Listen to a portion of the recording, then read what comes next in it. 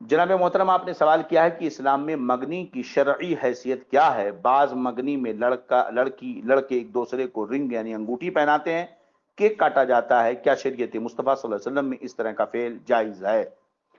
جناب علی، ہم نے آپ کا سوال بعنوان پیش کیا، جواب سماعت فرمائیں۔ بسم اللہ الرحمن الرحیم۔ الجواب بعون الملک الوہاب۔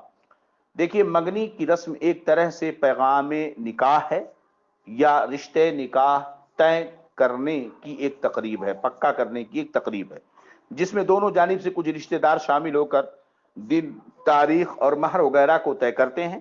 یہ عمل اصلاً جائز و مباح ہے، اور اس میں جو رسمیں سماج میں جاری ہیں اگر خلاف شرع نہ ہوں تو ان رسموں کو کرنے میں شرعاً کوئی حرج نہیں ہے۔ چنانچہ صدر الشریعہ بدر الطریقہ حضرت علامہ امجد علی اعظمی رضی اللہ عنہ مصنف بحر شریعت فرماتے ہیں کہ ہر ملک میں نئے رسوم ہیں، ہر قوم و خاندان کے رواج اور طریقے جداگانہ۔ جو رسمیں ہمارے ملک میں جاری ہیں ان رسوم کی بنا عرف پر ہے، یہ کوئی نہیں سمجھتا کہ شرعاً واجب یا سنت یا مستحب ہے، بس رسم ہے، لوگ کر رہے ہیں۔ لہذا جب تک کسی رسم کی ممانعت شریعت سے ثابت نہ ہو اس وقت تک اسے حرام و ناجائز نہیں کہہ سکتے۔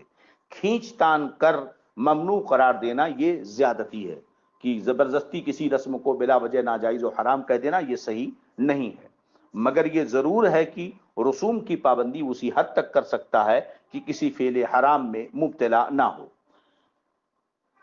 بار شریعت کے صدر الشریعہ رضی اللہ عنہ کے اس قول سے سمجھ میں آ گیا کہ معلوم کہ اگر کوئی رسم خلاف شرع ہو تو اس کا کرنا حرام و ناجائز ہے۔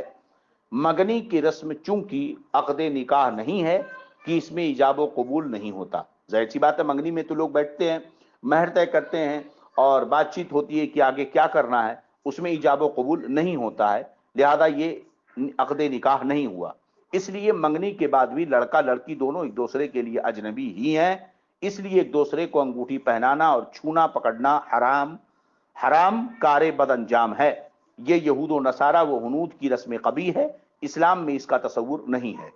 اسی طرح کیک کاٹنا بھی یہود و نصارہ بے دینوں کا طریقہ ہے، اس لیے منگنی کی تقریبات میں یہ سب عمل حرام و گناہ کبیرہ ہیں۔